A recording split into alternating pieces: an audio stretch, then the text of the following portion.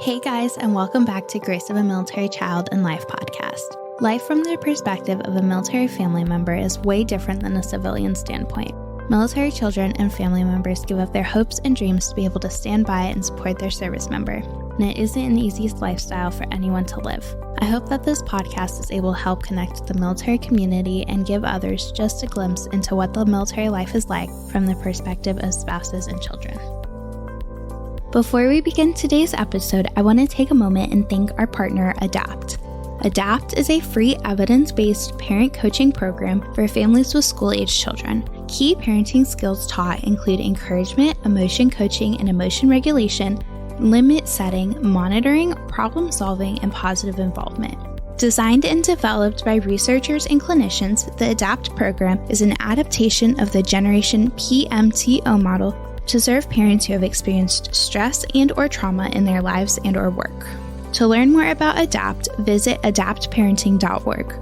And don't forget to follow at Center for Resilient Families 1, that's the number 1, on Instagram and at Adopt on Facebook. I am super thankful and excited Adopt has given me a free code so military families with school-aged children are able to take part. Go to learn.adoptparenting.org and sign up using the code Gracie, that's Gracie, to get your free access. Thank you again to our partner Adopt. Hi everyone, welcome back to Grace of a Military Child and Life. Today I'm here with Ashlyn, who is a Marine child and now a Marine spouse. So Ashlyn, welcome to the podcast. How are you?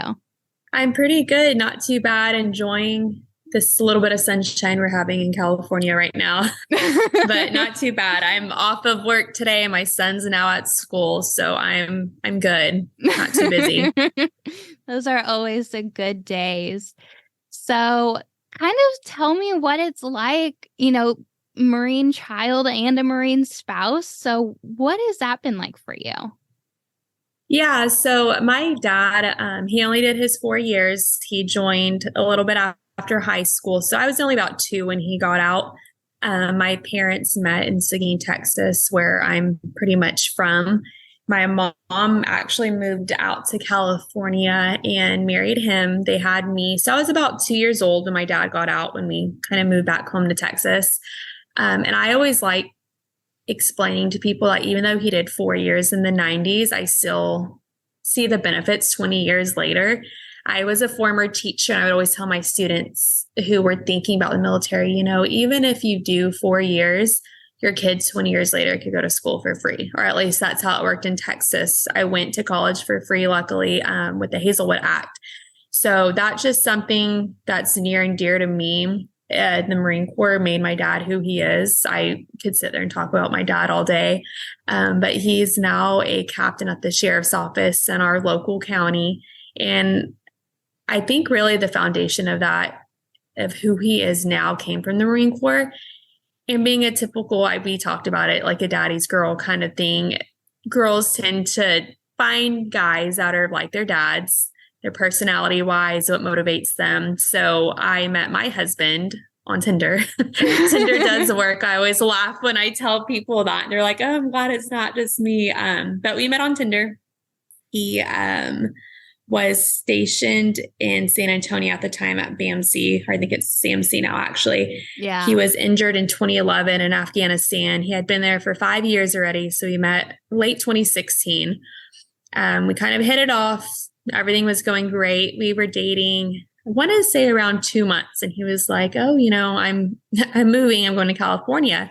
So he came to Pendleton from 2016 to 2018. So we were long distance for about a year and a half, almost 2 years, had those ups and downs. And then he got stationed in Houston, actually, on INI duty, which we're both Texas. Like, we are those typical Texan and proud.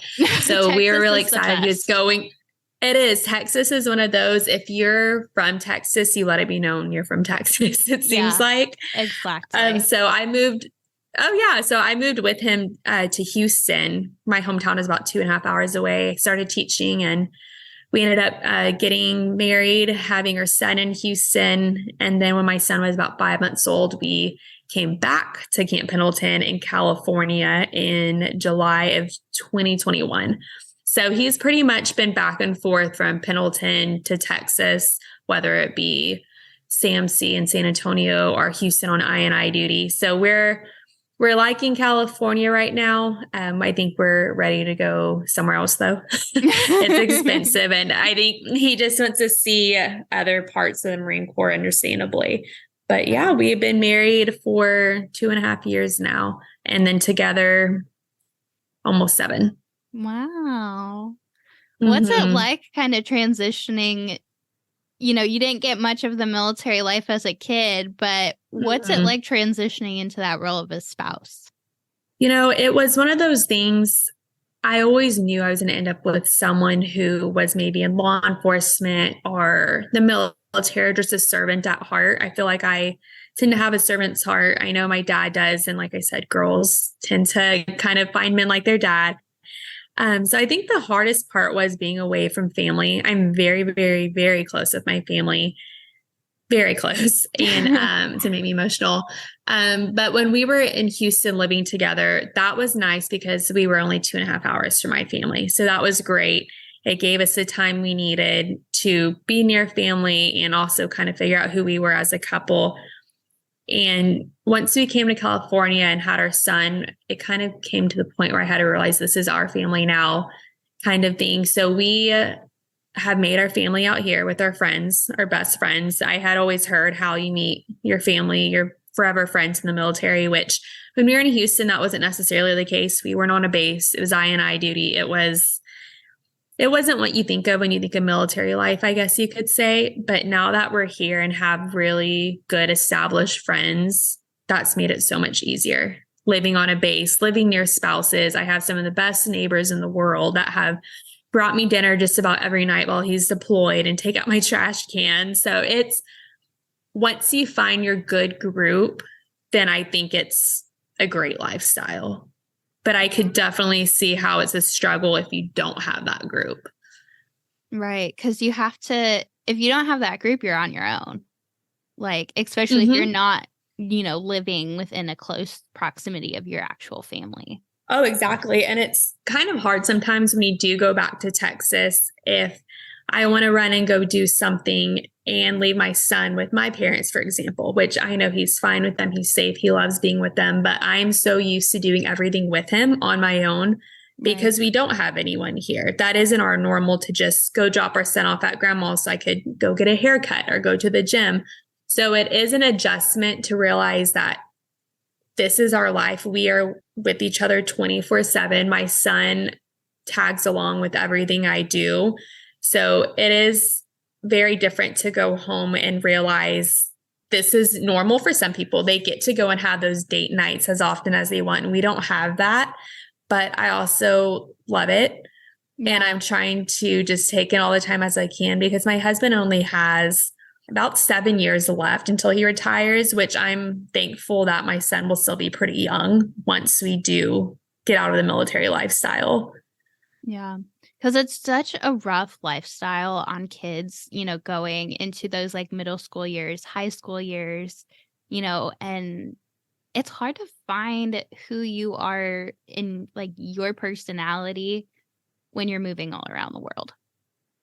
Oh, exactly. These kids, I was laughing the other day. I was on a walk with my son and I love living on a base. The neighborhoods are full of kids. Yeah. And these boys were riding their bikes together and I overheard their conversation. They had to have been 5, 6, 7 years old. And you just hear them talking about, oh, well, my old base in Okinawa and this friend. And I was just laughing. I'm like, what a military kid. Like, it was just the cutest conversation. And it's so normal for them to have such close friends so quick and then to also say goodbye. I'm already dreading that with some of my son's friends, and he's only 2, almost 2.5. So they're really resilient. I will say that. It's always uncomfortable when someone like thanks a spouse for their service. I hate that. I think it's so uncomfortable. Yeah. But now being on this side of it, seeing my husband deployed and me doing it, working, taking care of my kid, everything on my own, I kind of get it now why people like say thank you to the kids, especially because they don't know what they're going through, or if they do, they didn't sign up for it. Yeah. So I'm kind of starting to understand that part of it a little bit more and recognizing that this isn't normal and it is hard, but you kind of just take it head on.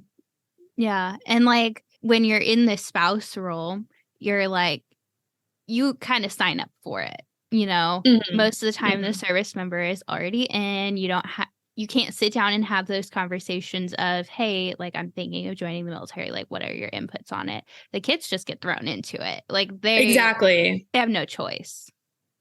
Right. Which with my husband, I knew what I was signing up for. That's not to say it's easy to know I signed up for this, but I am very thankful that whenever he's thinking about doing something, or for example, he got HISted recently, so we're kind of trying to figure out how to navigate that. He's always been the first to ask for my input. And then when we were kind of figuring out where we were coming after Houston, he was very open to saying, where would you like to go? Where would you not like to go? So I am thankful in that part of it. He's, of course, always thinking about our family. But I always laugh saying, well, once he gets out of the military, it's all up to me, because we did this lifestyle for him. So I'm like, from here on out, let's see what I decide. But no, we both pretty much know we're going to end up around San Antonio area in Texas after this, which I think will be good for my son. He should be about 9 when my husband gets out of the military. So he'll still have those good end of elementary, middle school, high school years to be somewhere stable, which I'm very thankful for. Right. And San Antonio, like that whole area is literally military USA. So it's not like, giving him, and even for you, like having this lifestyle, and, even for Matt too, and then removing completely, because when we retired, we're in Cape Coral, Florida, where the closest military base, like I had to go get a new ID yesterday. We literally had to drive 2.5 hours to get a new ID. Oh my goodness. So wow. We kind of, we were fortunate to have our house donated to us, like through one of the organizations. But still, it's hard transitioning from the military lifestyle to not having any military, community whatsoever. So San Antonio, like, even anywhere, mostly in Texas, is like military USA. So right. And San Antonio is actually nicknamed Purple.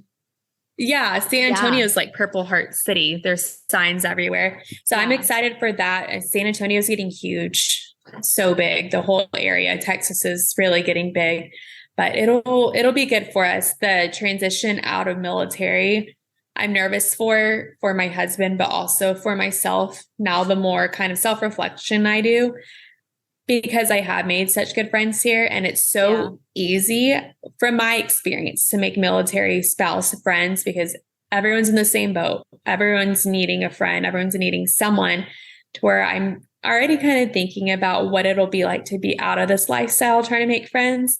Because, for example, I met one of my good friends at a park here, just asked for each other's number, like no big deal. And now we're great friends. I'm like, is it like that in the outside world? Can I just go to a park and ask a mom for her number that easily? So, it'll be a learning curve for our whole family, but we still have time. I just think ahead a lot.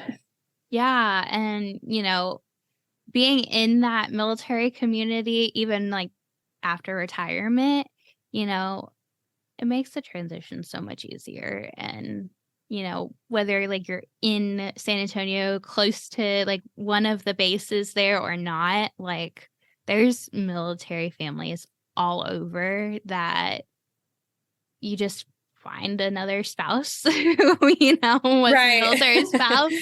And obviously there are, civilians there too. So. Right. But I think, just from my time in Texas too, I think a lot of the just civilian people who are there are more accepting and understanding of the military life than most other places too. Absolutely. Texas is pro-military. They're pro-law enforcement. That's not to say anywhere else isn't, but we all know how Texans' views kind of are. So I know we're excited for that, which in Oceanside, which is where we are now, since it is such a big military base, everyone's very pro-military here too, which I figured was the case with it being a military city. Right. But everywhere you go out in town, I mean, it feels like a military community and very welcoming. And everywhere you go, someone could relate or someone was retired from the military. So that's been nice as well. Yeah, absolutely. So your husband was injured, and which is kind of funny because we met your husband before even like meeting you like years before. So what is that kind of like for you coming in post that injury and, adapting to that lifestyle? Yeah, so that's something I could talk about all day. We met, like I said, in 2016 when he was about to be transitioning out of the hospital. He was there for 5 years. He, of course, let me know about his injury after a little bit of us talking, so I was aware of it. I wasn't uncomfortable with it at all. If anything, it made me respect him even more. And he would cringe if I said this, but like he is my hero and he will never believe that. But it just gave me that much more respect for him, knowing how far he's come mentally, physically in the last 10 years. It's our normal. That's what's interesting. Like for my son, I always think about if he's always going to ask Matt when he's going to ask about his leg, but it's our normal. So it's fine. I'm super proud of Matt that he stayed in the military after his injury. I'm glad I met him after the injury. I will say that. Not that I don't think we wouldn't have made it if we met before, but that completely made him who he is. It was, I'm not going to sit here and say it was something good that happened to him, but we met because he was in San Antonio because of it. So that's one of those things we've talked about. It's like conflicting feelings. Of course, you don't want that to happen to anyone, but we're also thankful he was in San Antonio when he was.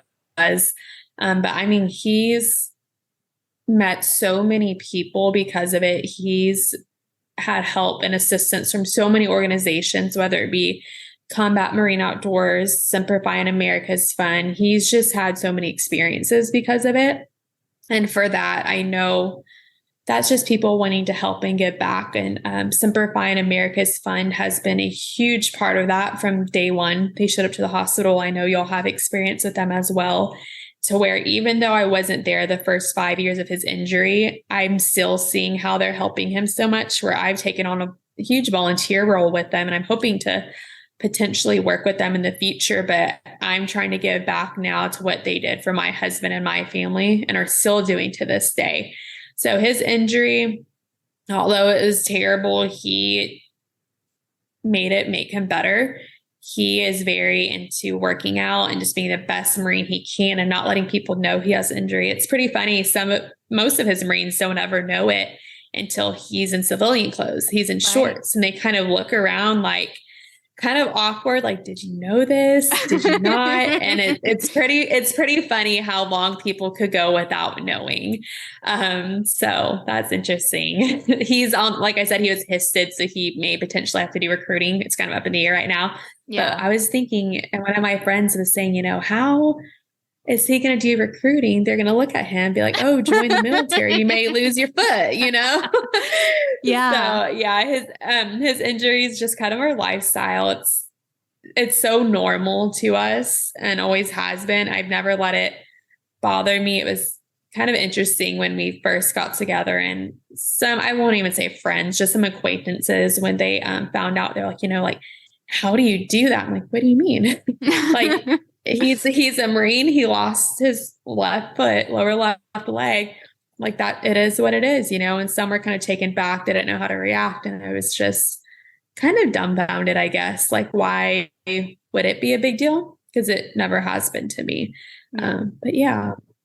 Yeah. It's like, growing up and being exposed to just all of the different injuries that come through Texas. And it's incredible to see the amount of people who, still want to stay in and still want to, serve the country, even after such traumatic things have happened. Like, my dad tried to stay in, but he has too many injuries where it would have been it would have been worse for him to stay in, so he had to get out. But it's Right. like still so inspiring to see, people like Matt who have like, been through this and is like, no, I still want to, I still want to go out and I still want to do my job. Well, and he was so young. He was 19 when it happened. He had been in a little over a year. And Matt was the kid who he said he dressed up like a Marine every year for Halloween. His dad was a Marine for 4 years. So he knew he wanted to be a Marine. Yeah. So he was a grunt. And as soon as that happened, it was kind of, like, what now? Because this was his plan. He's like me. He's a planner. Like, that was his plan. So I think there was a little up in the air about, do I stay in? Do I not? I am, of course, glad he stayed in. But it's funny because there's been times when, I think actually when he was going from Pendleton to Houston or Houston here, it was kind of up in the air of officers being like, what do we do with him? Like, this is kind of an unusual circumstance. He's fully capable to be deployed to do this, that, and the other, more capable probably than most, but because of his medical code, things weren't always possible. So when he got word that he was going with 2-4 this summer and deploying with them, it was like a kid on Christmas morning. He was so excited. And he was, I think, kind of worried at first how I was going to feel, but I was so excited for him. And it's hard to explain to people outside of the military when they say, oh, are you sad he's leaving or whatever that be? And I say, no, I'm excited. Is it going to be hard? Yeah, but this is what he signed up for. He wants to get the most out of his military career, understandably. Right. So I am happy for him. He's on the MEU right now. And I think we have about 2.5 months left, hopefully. We've had 5 months down already. My gosh. Yeah. And like, while every deployment does suck, like there's no going around that.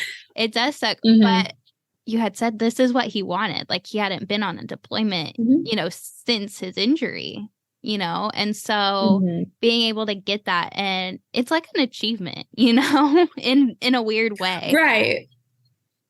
Right. No, he has junior Marines that had done these MEUs or been deployed, and he's in charge of these Marines, but can't relate. He doesn't have that experience. So this is, I don't know if he's ever going to want to do it again. He's on a ship with a bunch of men, basically living on bunk beds. So, I mean, he wanted this. I don't know if he's too happy about it now, especially now that we have a kid. He's not young and 19 anymore, shooting guns in Afghanistan, he's missing his son, understandably. So it is a little different now, but I am glad he's getting the experience, because I'm the type, if I'm going to do something, I want to be the best I can be and make the most out of it. And I know he's the same way.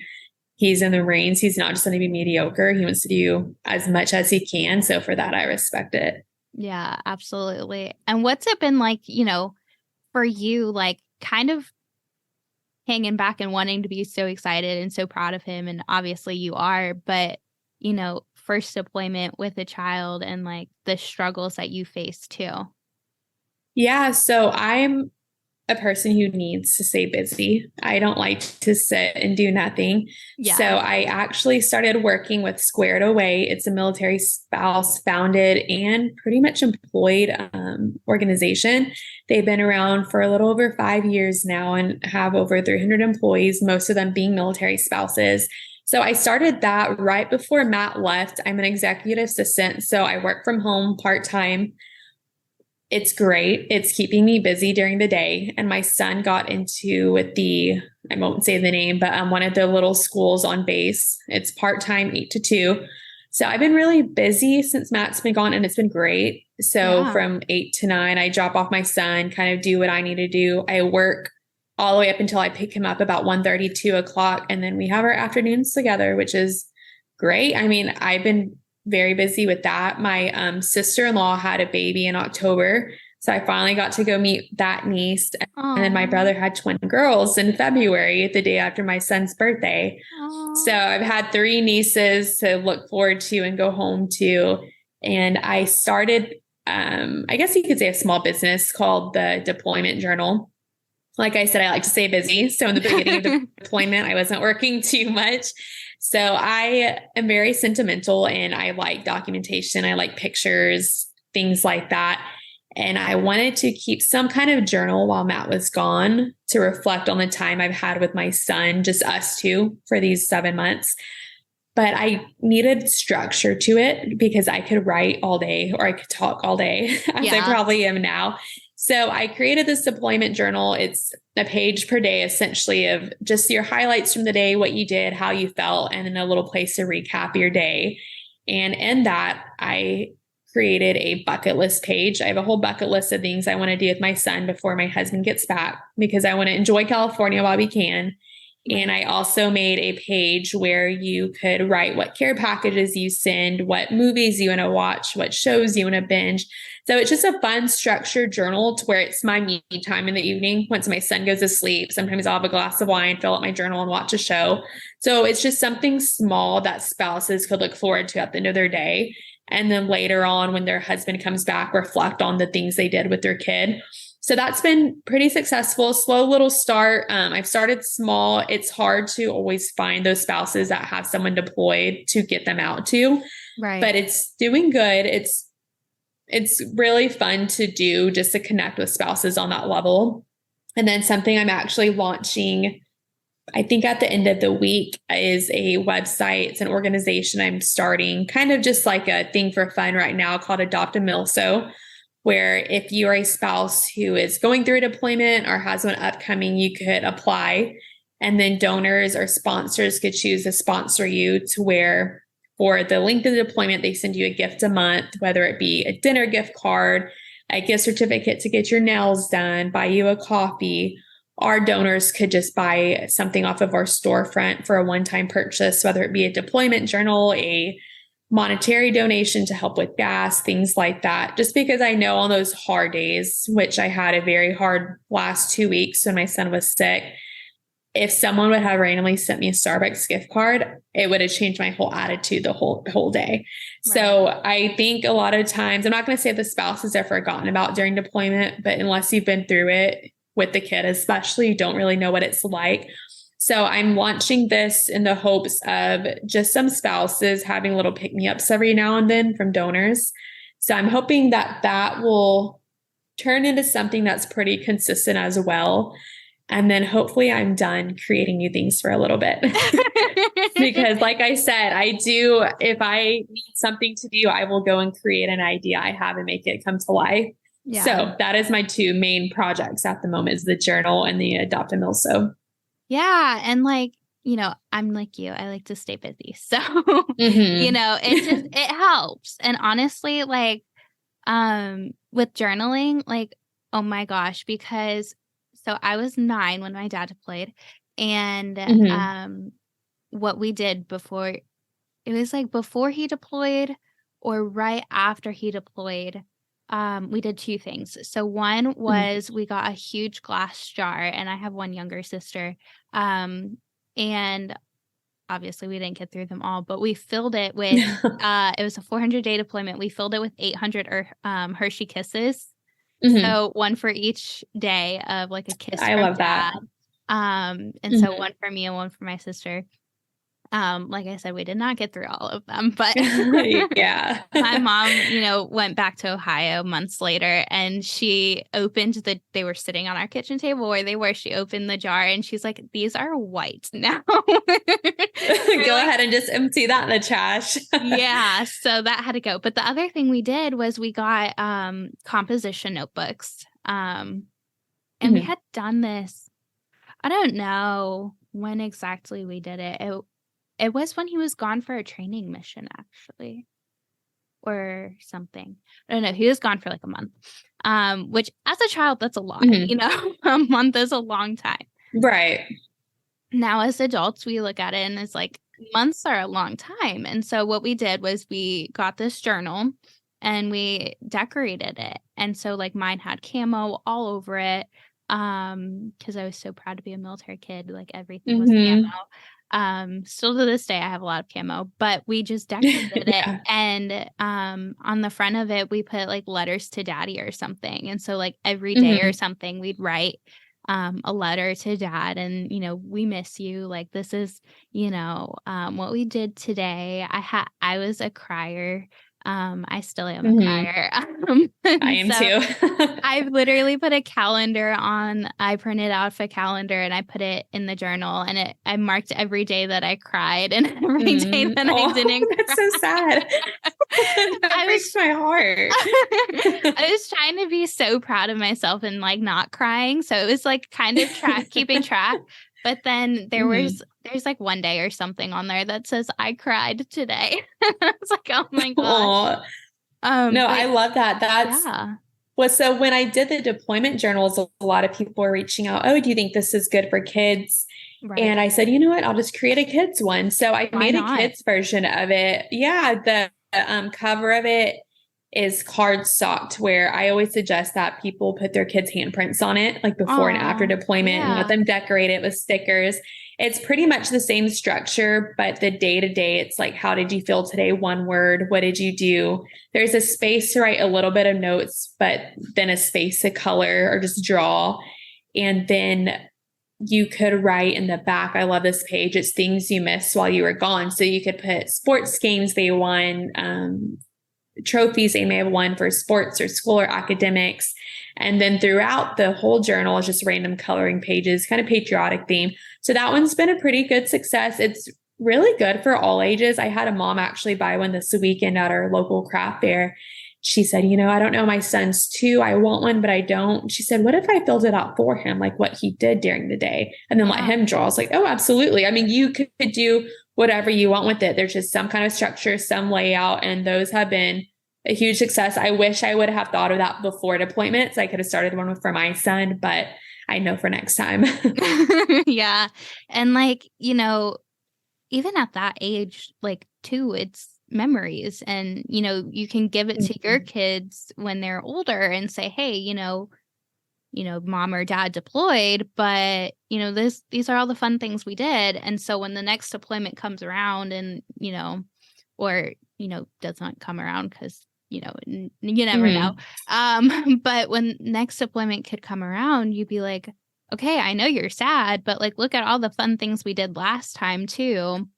And even though, mom or dad is not here, like we can still have fun and still make memories. And we have this cool like journal where we can, show at the end of the deployment what we did, and, kind of as a catch up. And it's a good routine too. Yeah. And it's something for them to look forward to after school or when they get home or whatever that may be. And, my son's 2, he wasn't 2 yet when my husband left. And it's one of those things I'm trying to do as much as I can with him. And for example, I took him to Disney, which he's been so many times already, but it's one of those things, I know he won't remember it. He's not going to remember any of these things we did, but I'm going to. It's going to be my memories for when he's grown and out of the house. I'll be able to remember the time me and him did, X, Y, Z. Absolutely. So I'm trying to always kind of keep that in the back of my mind. It's not about him remembering or not. It's about the memories for me when he's grown and out of my house, and probably in the Marine Corps. Who knows? Yeah, like 3rd generation now. Yeah, I'm sure it'll happen. But we always say maybe he'll go to school first, but I'm okay if he doesn't. So we'll see. Hopefully he just wants to stay with his mom forever. Probably not, but you never know. But yeah. There's so many just gaps in like the military community where it's like, there's so many needs, I should say, so many needs for spouses, for families, for children, and like we said earlier, like veterans get all of this, honor and recognition, which I always say they completely deserve, like 100%. But the spouses and kids don't get, as much. They're kind of, left to the back saying, hey, like, we're here too, And so it's important. Yeah. I'm sorry. Yeah. It's hard because you don't, as a spouse, at least how my personality is, I don't want to take the attention to me because my husband's the member of the military. He's the one sacrificing. But I think now having a kid has changed my perspective on it. Like I said, him not seeing his dad, me having to do it on my own, being like in the thick of it right now, the military lifestyle.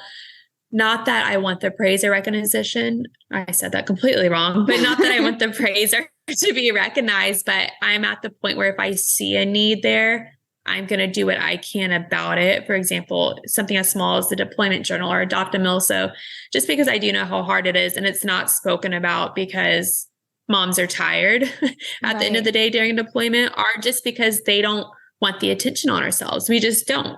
That attention's for our spouse, for them to get the respect, for them to get the help from organizations, for them to get whatever it is, big or small. So I think there is a need for it, for spouses, for support, for all stages of life, whether that be a new spouse, someone that is young and able to meet friends easily, or for someone who has hit 18 years of being a spouse and they're having a hard time finding their new community. So there is a need. What the answer is, I'm not really sure. Will it be changed and when? I'm not really sure. But having friends that are military spouses now, we get to talking and there is a need for help, whether that be mental health, whether that be just a friend or support system or assistance in any way. So the need is there. It's just a matter of how do we make things better? Right. And like you said, something just like as simple as the Starbucks gift card to say, hey, here's, a cup of coffee or, some sort of drink, like, it makes the world of a difference. But so many spouses are like, I'm not just going to go ask for it, Exactly. It's not one of those things we want to be known, or at least I'm sure there are some spouses that do, but I'm not going to go around and advertise to everyone in Starbucks, hey, my husband's deployed, buy me a coffee, I'm tired. Oh, absolutely. So just those random acts of service, I guess you could say, I know could just completely flip someone's day, because I've had it happen to me. It's so nice when you do have that little reminder that like, I see you too. Yeah. And, a lot of military spouses, especially those young ones who are first like getting into it and don't have experience of living with the military family and having like a parent who served, you can feel so alone. And so, just like alone is the like best word I can think of, but you feel exactly. so alone.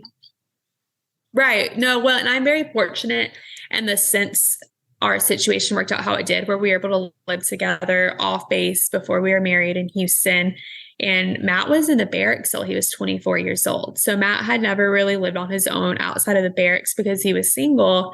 And I was fortunate enough through college and then my last few years of college and up until moving with Matt, I lived by myself completely. So I had that time to figure out who I was, to be with Matt, but be long distance and still do my own thing, do school, everything I wanted to do.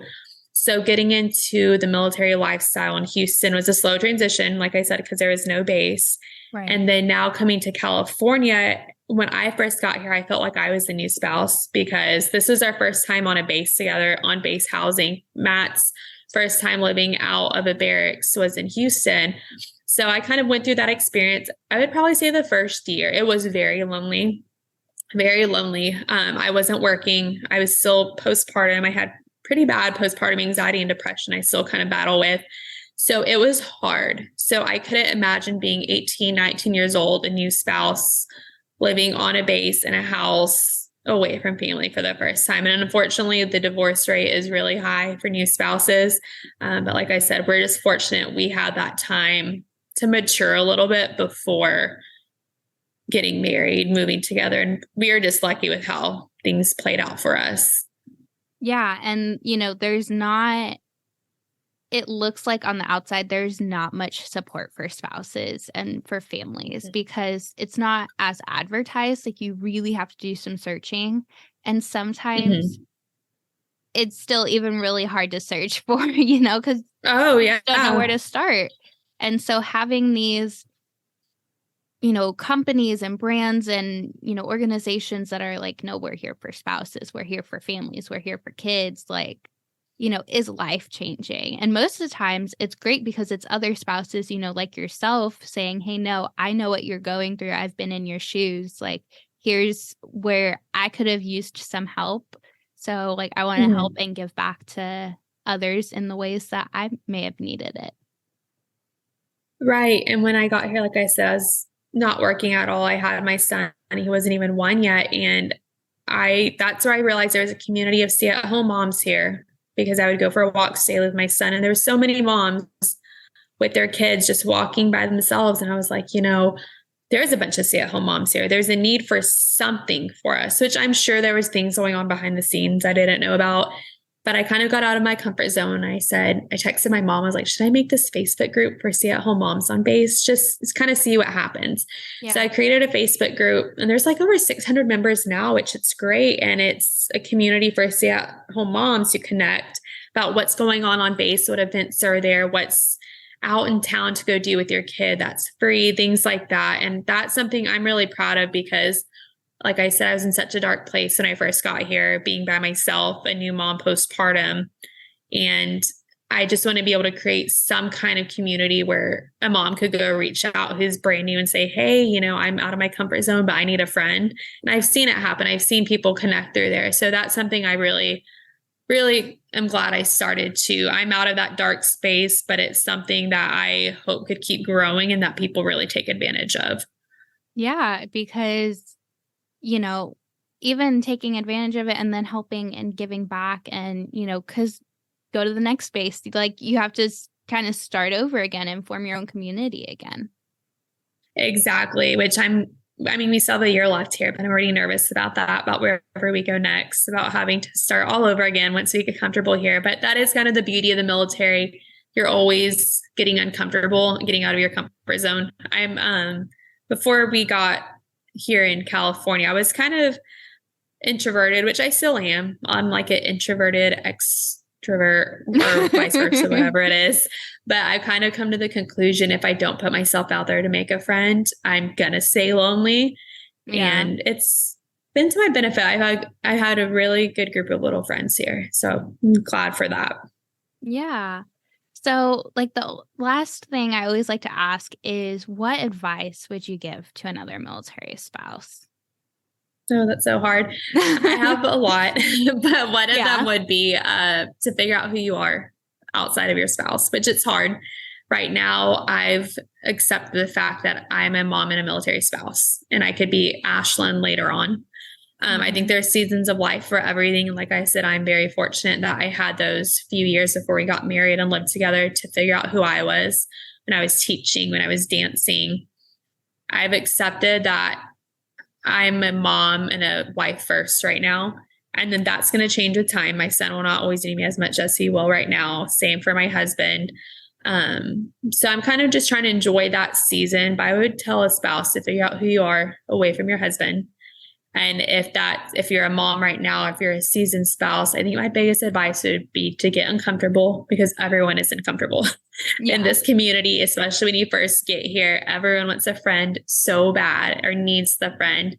And it's okay if you don't click with everyone. I've met some spouses that I've tried to become friends with and we're fine, but they're not my forever best friend kind of people, which it's fine. You don't have to click with everyone. Just keep trying and you will find someone. And if not, reach out, just ask. Yeah, because you never know what resources are really out there until you start asking around. Exactly. Mm-hmm. Yes. And then where can people connect with you on social media and find all of your amazing ideas that you've turned into reality? Yeah, it's funny because I've been trying to get off of social media, but here I am creating more things, putting me back on it. My Instagram is at ashmill95, ASHMILL95. And then on there, you could find the link for my deployment days Instagram, which is the journal. And I have not created one for the Adopt-a-Milso yet. I do have a website. I'm hoping to launch. It'll probably be posted to my stories by the end of the week. So If someone is having a spouse deployed soon, they could definitely reach out about getting signed up for that. Absolutely. Well, thank you so much, Ashlyn, for being on and, sharing so many incredible things that you're doing. Thank you for having me. I could talk all day. Thank you for listening to this week's episode of Grace of a Military Child and Life. Make sure to set a reminder for every Tuesday to listen to a new episode. You can find us on Instagram and YouTube at Grace of a Military Child and Life. If you have any questions or want to be on the podcast, send a message to one of our social media platforms or email grace.of.a.military.child@gmail.com. See you next week.